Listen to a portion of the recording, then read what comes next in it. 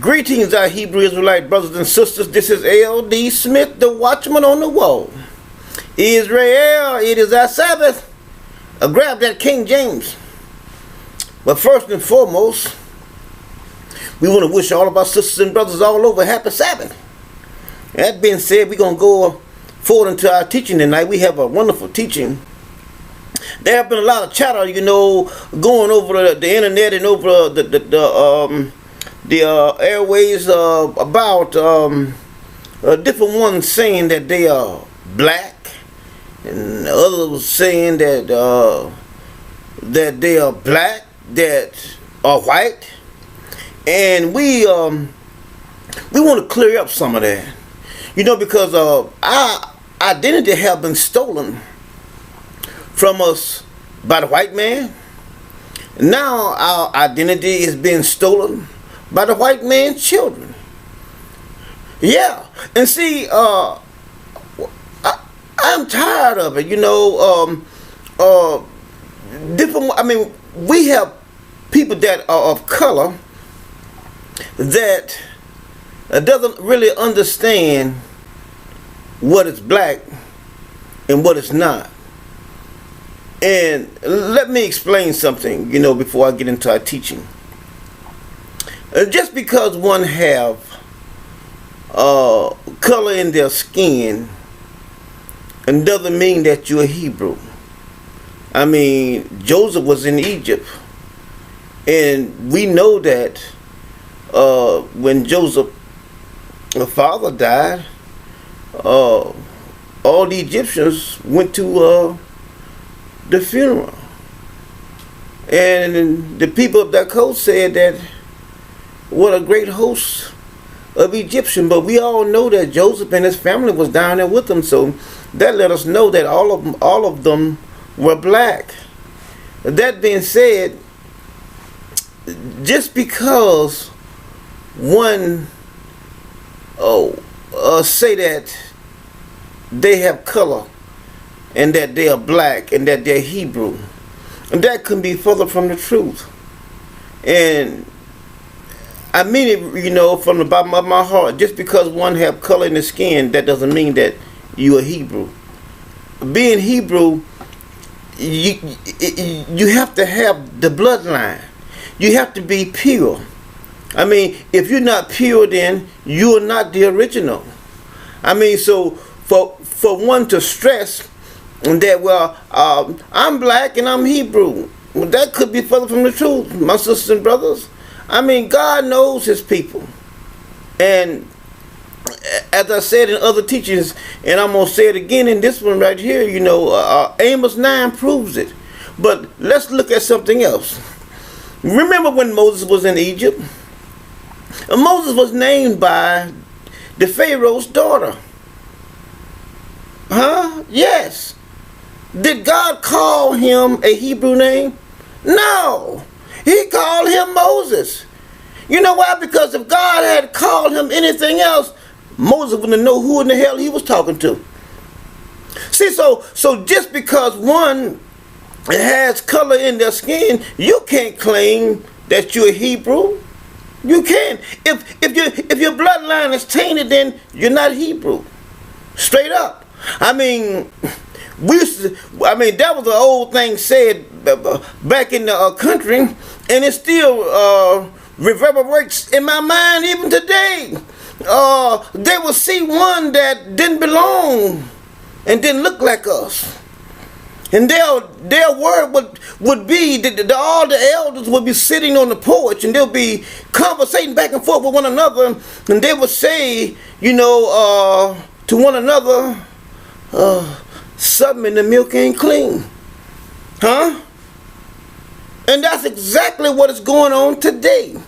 But yet and still, we want to invite everyone into the black community as being black, and they're not. Now, Raven Simone, she made a statement, and then everybody want to jump on her, but the white girl played this game for I don't know how long, working for the NAACP, and she just, kind of tan up a little bit, and say, well, I'm black. Then the truth comes out, And then these so-called blacks, well,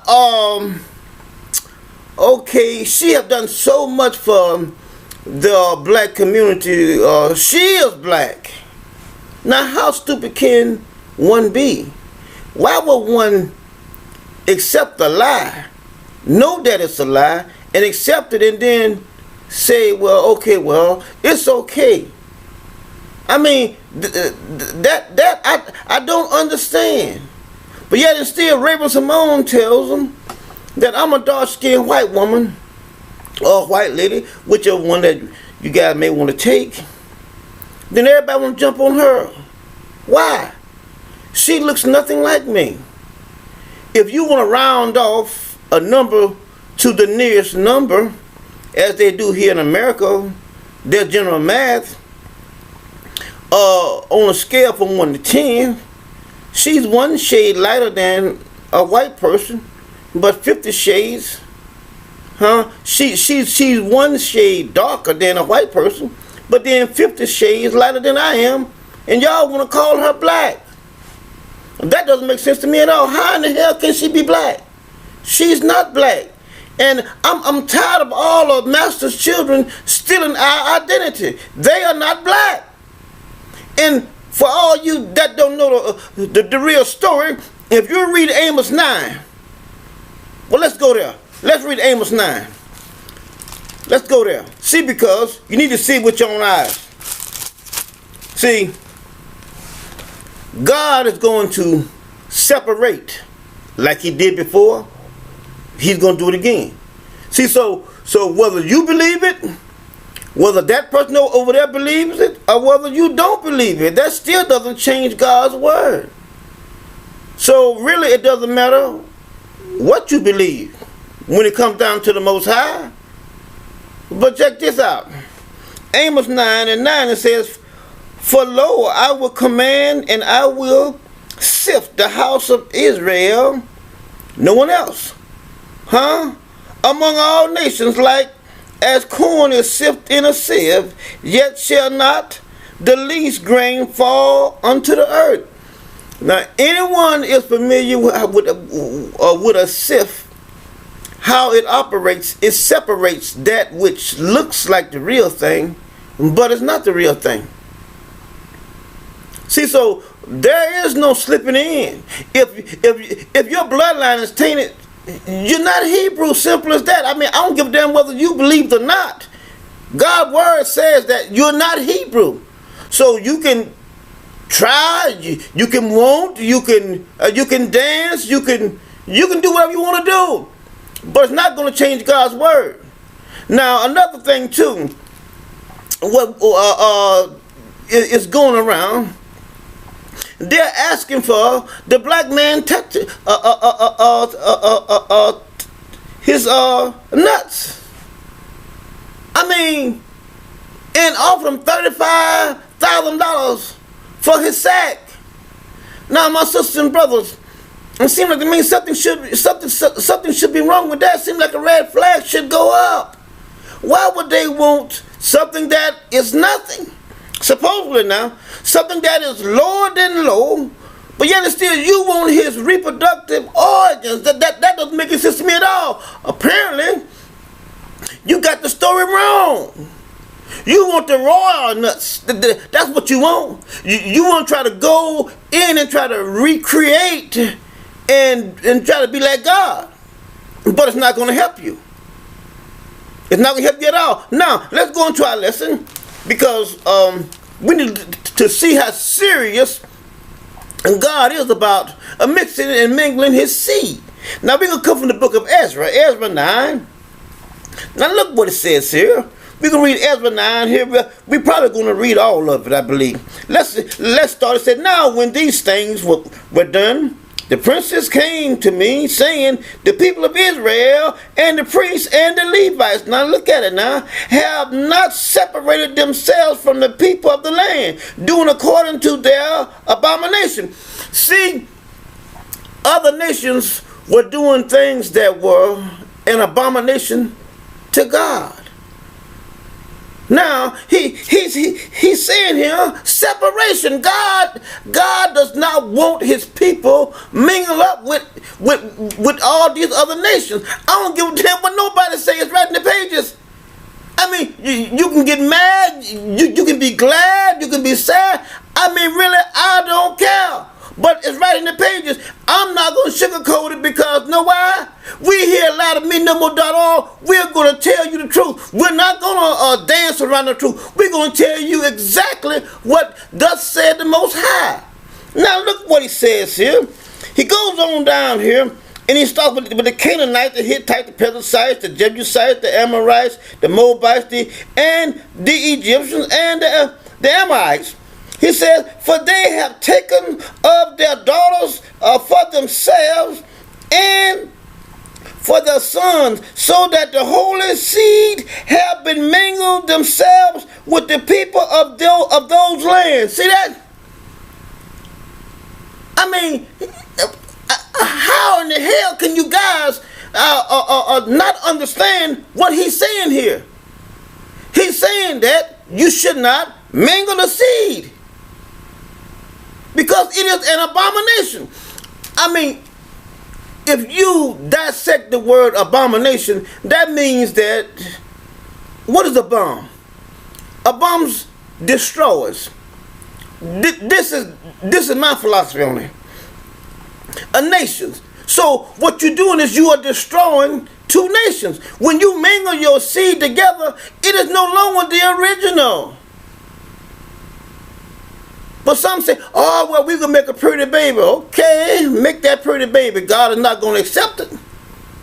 And God is not going to accept it. You can cry, you can weep, you can do all that bullshit. God is not going to accept anything but the original.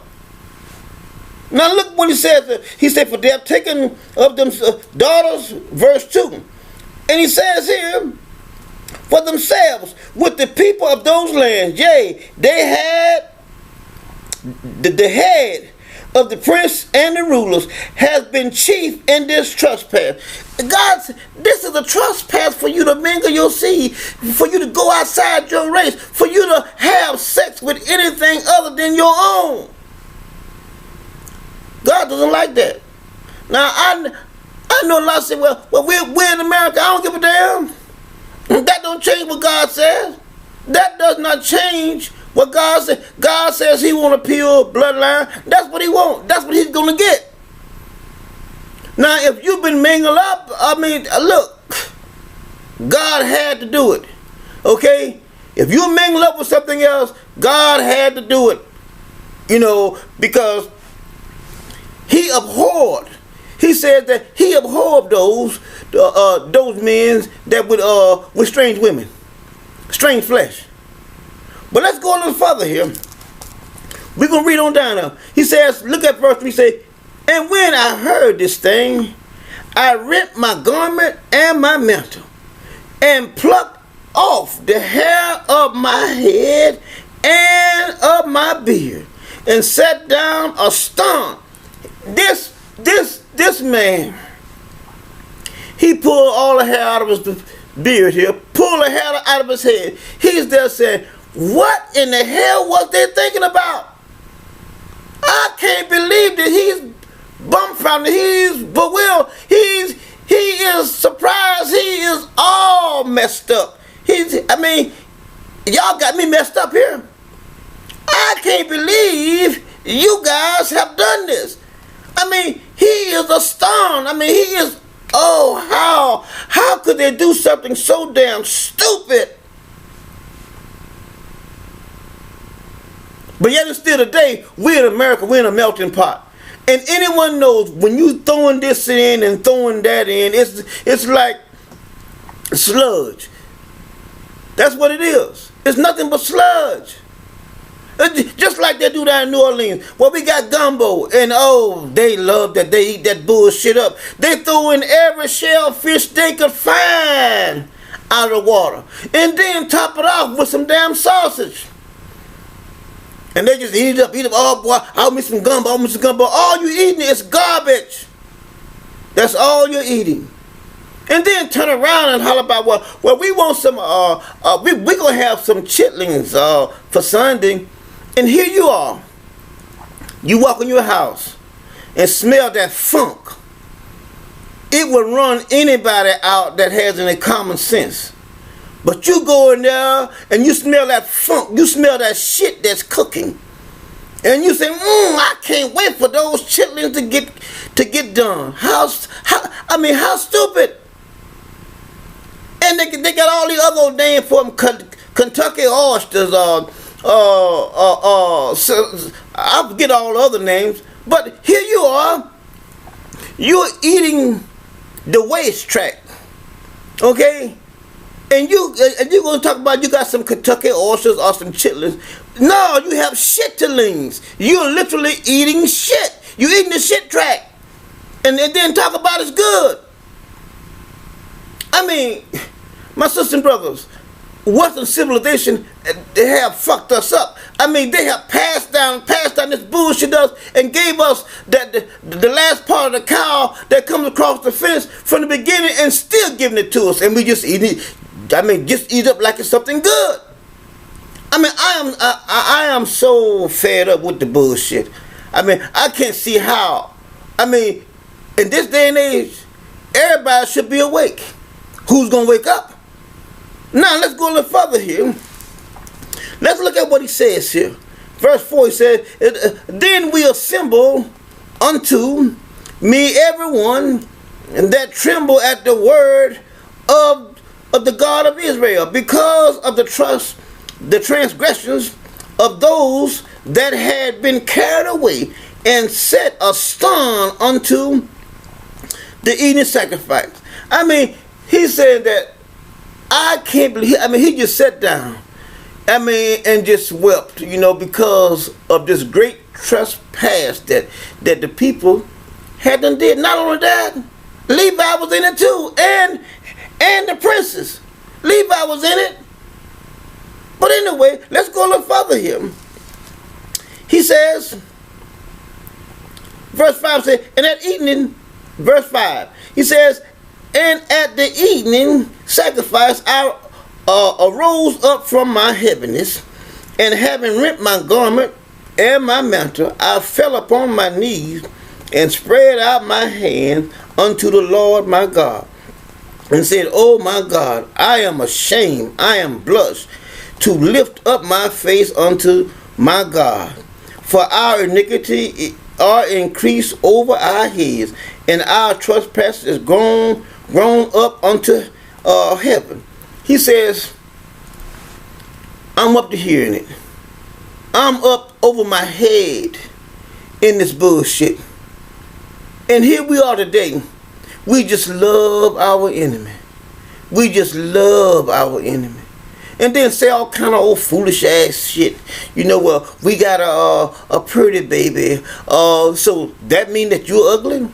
I mean, Western civilization have beat your ass down until you have even convinced yourself that you're not attractive because you're black and you want to be white. I tell you, it is so frustrating. But anyway, look what he says here. He says, since the days of our father, verse 7, have we been in great trespass unto this day, and for our iniquity have we, our kings and our prince, been delivered into the hands of the kings of this land, to the sword, to captivity, and to spoil, and to confusion of face as it is this day. That's why you call him Raven Simone Black, because you got confusion of face. I mean, I just look around now, and the Most High have brought us almost to naught now. I mean, honestly, you just look around and you see the mix in the minglization all around you. I mean, it is nothing but a few of us. We are the remnant. There's not many of us left. If you just look around, there is not many of us left, my sisters and brothers. The Most High has to come back. Elijah has to be on his way. This is the last hour. There is no doubt in my mind. I know for a fact. Jeremiah said in the last days they're going to be calling right wrong and wrong right. I mean, they're fucking colorblind. Here's a person that looks damn near white and you hollering about they're black. Like everyone on this damn show called Empire. Those are Master's children. He just won't accept them. Those are his children.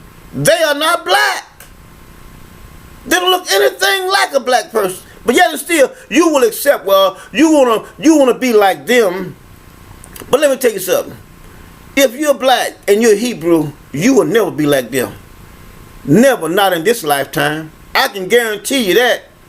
You will never be successful. Why? Because God got his hand on you. God has you under a curse. You can't prosper. You may have a little something here or there, but you will never have the millions that they have. Never. You'll never see those days.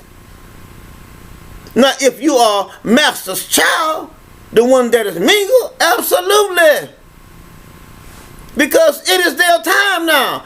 It was Master's time, now it's Master's children's time, and then the end is going to come, and we're going to come back to the top.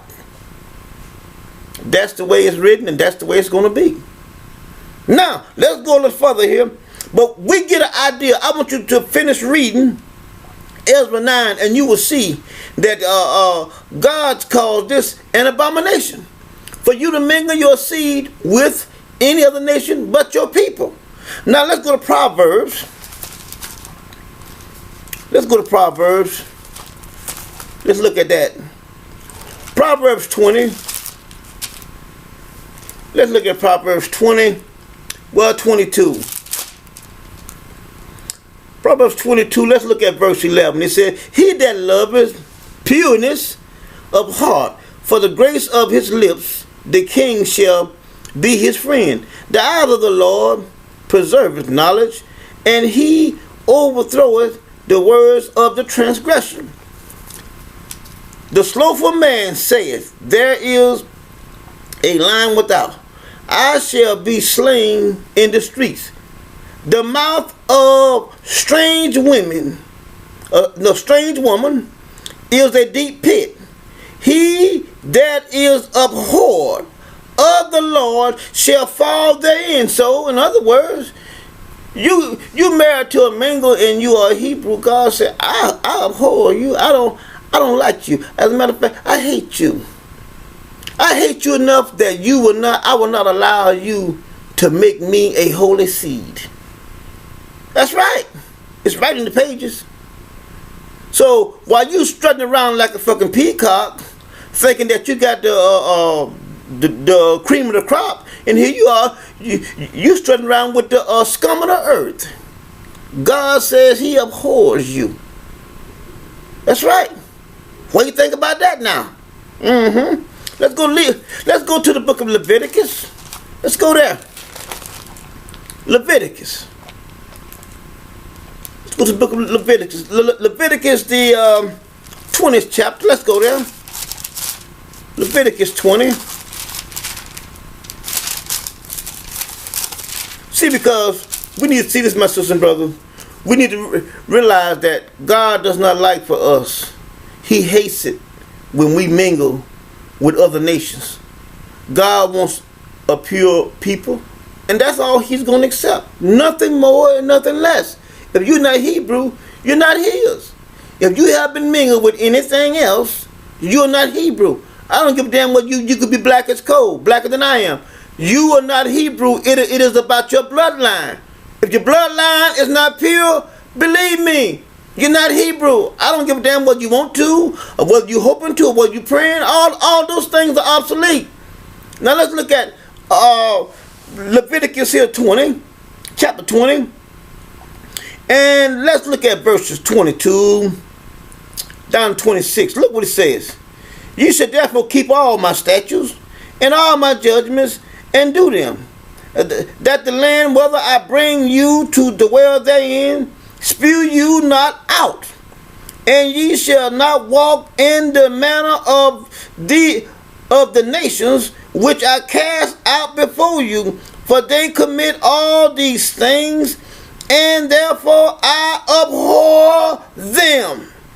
But I have said unto you, ye shall inherit their land, and I will give it unto you to possess it, a land that floweth with milk and honey. I am the Lord your God, which have separated you from other people. I mean, how in the hell can anyone not understand that? Separation means that you over here and I'm over here. God says, I have separated you from all the people. But yet and still here in America, we all are alike. You get up every morning, look in the damn mirror, and you see that your face is black as mine. Then you walk out your house and then look at a white person or one of master's children and say that we're all the same. How can that be? But anyway, let's go forward. Verse 24, he said, but I have said unto you, ye shall inherit their land, and I will give it unto you to possess it, a land that floweth with milk and honey. I am the Lord your God, which have separated you from other people. Ye shall therefore he's telling you, you should therefore put difference between clean beasts and unclean, and between clean fowls and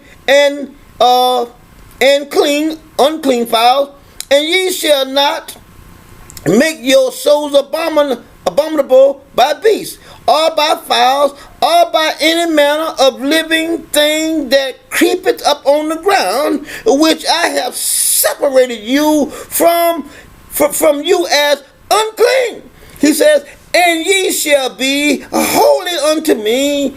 I the Lord am holy, and have saved you from other people, that you should be mine. I mean, how can we not see that God is saying, I want you to be separated? But yet and still, we still want to I want to be with them, I want to be with them. Why? All you're doing is destroying yourself. Anytime, for right now, if I was to lay around with a white woman and say I married her, which I wouldn't marry one, neither lay around with one, even in a fucking nightmare. You know what I mean? But anyway, I'm using this as an example. Think about this. She and I have kids, all right, and I don't never come back to my heritage, to my black queen, all right. I just committed suicide. I just killed myself. You know why? Because I can't produce myself with her. The only one that I can produce myself with is one that looks like me. That's the only way. That's the only way. Now, let's go a little further. Let's go to the book of Deuteronomy. Watch it right here, my sisters and brothers. And watch this right here. 32. Deuteronomy 32. Let's look at verses 14, 15. Let's go down to verse 19. All right, look what it says. It says, butter of kine and milk of sheep with fat of lambs and rams of the breed of bear sheep and goats with the fat of kidneys with wheat. And thou didst drink the pure blood of the grapes. Good stuff. But Jeshurun waxed fat and thick. Thou art waxed fat, thou art grown thick, thou art covered with fatness. Then he forsook God, which made him, and lightly esteemed the rock of his salvation. They provoke him to jealousy with strange gods, with abomination provoke they him to anger. They sacrifice unto devils, not to God. Now I'm going to say something here for just a moment here. They sacrifice unto devils. with an S, right? Now, where is the devil? But over the New Testament, all you see is the devils, and then you got demons, and this right now. But here he's talking about the devils with a small g. But over the New Testament, the devil is, he is mighty. Oh, he got all his power. But over here, he's a small god. He ain't shit. All right? He say two new gods, verse 17, that came newly up, whom your fathers fear not. See, there's no fear in no damn devils. But over the New Testament, they got a scare tactic where the devil is bad or the devil is this. The devil ain't shit.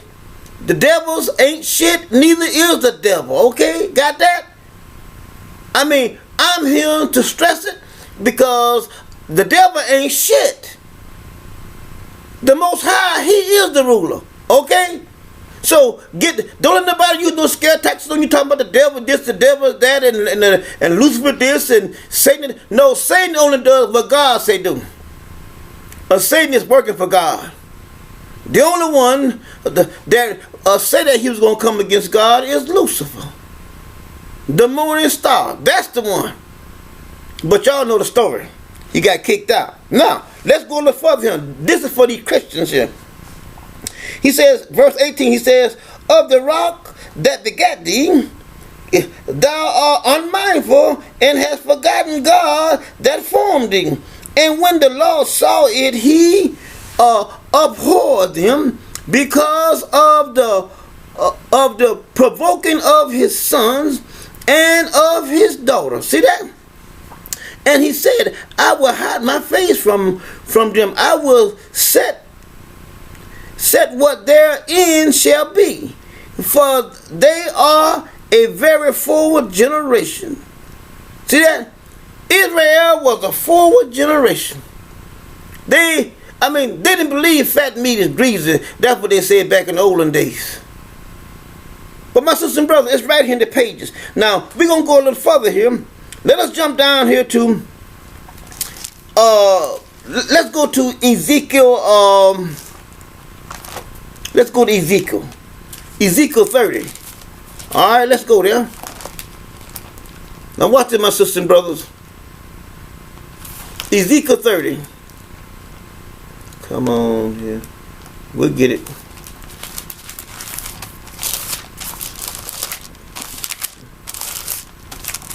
Ezekiel 30. Let's look at verse 5 here. Now watch it, my brother. He says, Ethiopia and Libya and Lydia and all the mingled people of true and the men of the land that is in Lagos shall fall with them by the sword. That's what the Most High said about the Mingles. He said they're going to fall by the sword. I mean, my sister and brother, I can go on and on through here, and just show different scenarios and then show different scriptures where he tells us that we should not mingle his seed. And that he doesn't care anything about the mingles. They're having their time now. But anyway, let's look at something else. Let's go to Nehemiah.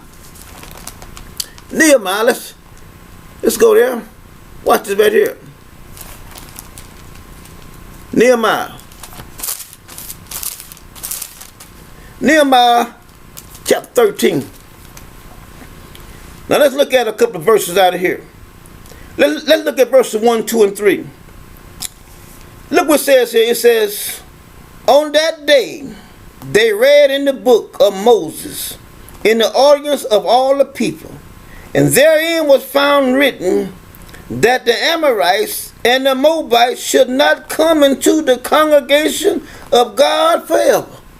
See that? Because they met not the children of Israel with bread and with water, but hired Balaam against them that he should curse them. Howbeit, our God returned the curse into a blessing. See that? Now it came to pass when they had heard the law that they separated themselves from Israel, all the mixed multitude. Huh? See that? See that? They separated themselves from the mixed multitude. God does not want us to be mingled up with any other people but our own. I mean, but we think that, well, that was back then. No. Because he says Jacob is his inheritance. Nobody else. No one else but Jacob. But look what he says. And goes on here now. He says, and before this, Eliashib, the priest, having the oversight of the cherubim of the house of our God, was alien unto Tobiah, and he had prepared for him a great cherubim, a great chamber, where after time they laid an meat offering, the frankincense, and the vessels of tithes, of corn, new wine, and oil. Now you Christians, y'all going up every Sunday, giving all your money to this man. And you see what tithes are? See what tithes are? It's not money. Look what it says that the tithes were. It says of corn, new wine, and the oil, which was command to be given to Levi, the priest, huh? And the signage of the porter and of the offering of the priest. Now, I don't know why y'all giving your money to this pastor, so-called, that's behind this so-called sacred desk. I mean, it's right in the page, my sister and brother. If you read Malachi, he said that it would be meat, M-E-A-T, not M-O-N-E-Y. I mean, but you have been told that meat means money. No, meat means meat. They had to burn meat on the altar. They're not burning any money. It was the meat. But anyway, that's for you Christians. Now, let's go a little further here. I want to show you guys something here. Let's go to Malachi. Let's go to Malachi here real quick. Watch it right, my sisters and brothers. Now, we're going to read this real quick. Malachi Chapter 2. And we're going to read real quick here. And look what it says here. It says, and now, O ye priests. Okay, talking about Levi now. He said, this commandment is for you. If ye will not hear, and if ye will not lay it to heart, to give glory unto my name, saith the Lord of hosts, I will even send a curse upon you, and I will curse your blessing. I have cursed them already, because ye do not lay it to heart. Behold, I will corrupt your seed, and spread dung upon your faces, even the dung of your solemn feast, and one shall take you away with it. See that? God said, I'm going to spread shit all over your face, and then one going to take you away captive. God is ticked off with Levi. That's why this is a tag along off of Isaiah 53, because many thought that was Jesus, but no, he's talking about Levi. See, Levi was the one that had the law in his mouth, and Levi was the one that's supposed to give the law to Israel, but Levi got slack and lackadaisical and didn't want to do his own thing, and then God had to punish his ass. But anyway, let's read verse 4. He said, and ye shall know that I have sent this commandment unto you, that my covenant might be with Levi, saith the Lord of hosts. My covenant with him. Remember me telling you in Isaiah 53 that when he talks about him and he's talking about Levi, not Jesus.